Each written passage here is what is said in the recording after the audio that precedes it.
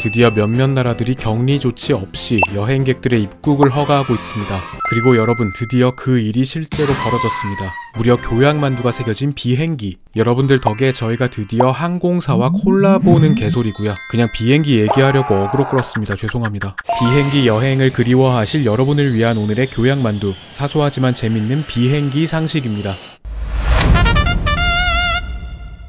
다양한 색상의 자동차와는 달리 비행기의 베이스는 거의 한 가지 색깔입니다. 바로 화이트죠.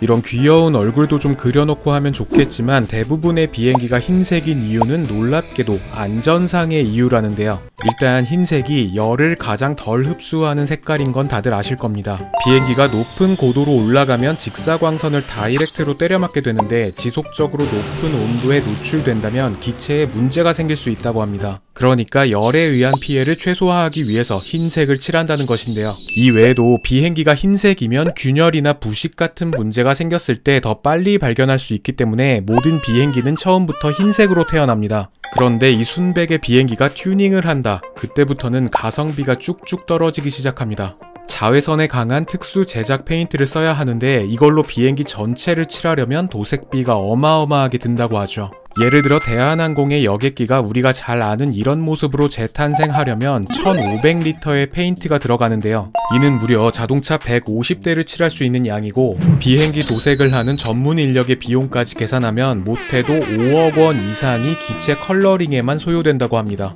뿐만 아니라 페인트를 더 칠한 무게만큼 당연히 비행기의 무게도 늘어나기 때문에 도색한 비행기는 운항 시에 연료도 더 소모된다고 하죠. 그러니까 예쁘고 컬러풀한 비행기는 사실 엄청난 비용을 공중에 뿌리고 있다는 건데 그래도 뭐 예쁘면 됐죠 뭐.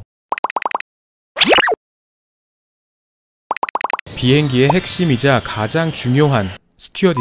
초창기의 항공 승무원들은 군인의 느낌이 좀 더 강했다고 합니다. 일단 죄다 남자였고요. 이착륙 중에 좌석 벨트를 매도록 하는 등의 기본적인 안전관리 업무만 FM적으로 수행했다고 하죠. 그러다가 1930년 현재 유나이티드 항공의 전시인인 보잉 항공 수송회사가 최초로 여성 객실 승무원을 탑승시킵니다. 안내 역할 외에도 비행 중의 승객들에게 음료나 샌드위치 등을 서비스하면서 폭발적인 인기를 끌었고요. 이 때문에 보잉 항공사의 항공권이 아이돌 콘서트급으로 빠르게 매진되자 다른 항공사들도 앞다퉈서 스튜어디스 모집 공고를 내게 되죠. 그런데 당시에는 스튜어디스 지원 자격이 지금보다 훨씬 빡셌습니다. 기내의 환경이 지금보다 훨씬 열악했기 때문에 일단 간호사 자격증이 필수였고요. 좁고 낮은 객실 복도를 오가야 했기 때문에 키 163 이하에 체중은 53kg를 넘으면 안 됐다고 하죠. 그럼에도 보수가 매우 혜자스러워서 굉장한 인기 직종이었다고 합니다. 1935년 한 항공사가 43명의 스튜어디스를 뽑는다는 신문 공고를 냈을 때 응시자는 무려 2000명이 넘었을 정도였다고 하죠.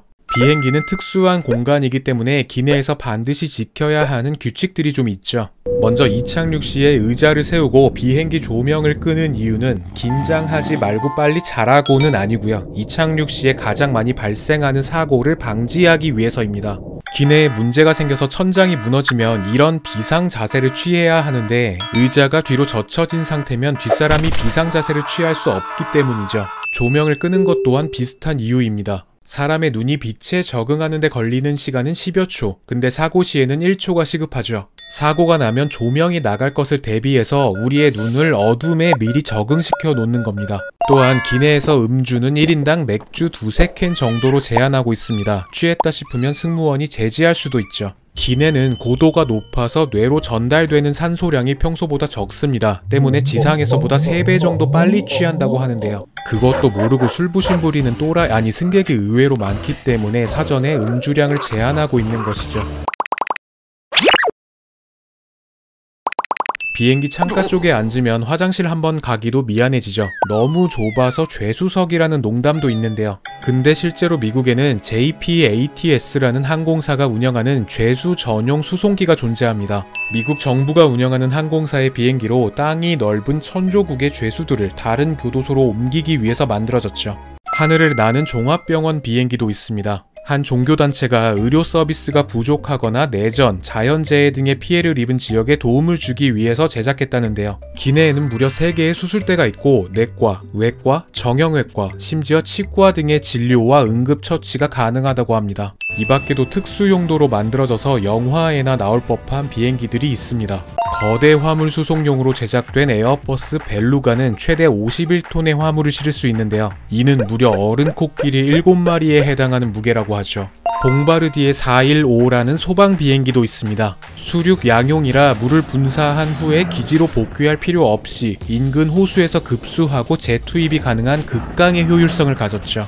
이제 비행기는 하늘 넘어 우주로 올라갑니다. 올해 7월 영국의 억만장자 리처드 브랜슨이 민간인 최초로 유니티라는 이 비행기를 타고 우주 관광에 성공했는데요. 내년부터 유니티를 활용한 우주 관광이 상업화된다고 하는데 한 장에 3억 원 하는 티켓 600장이 이미 예판 완료됐다고 하죠.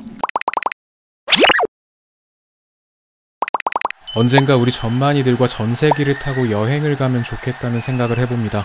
구독자 한 2억 명 정도 되면 진지하게 패키지 여행으로 구독자 역조공 한번 갑니다, 여러분. 교양만두였습니다.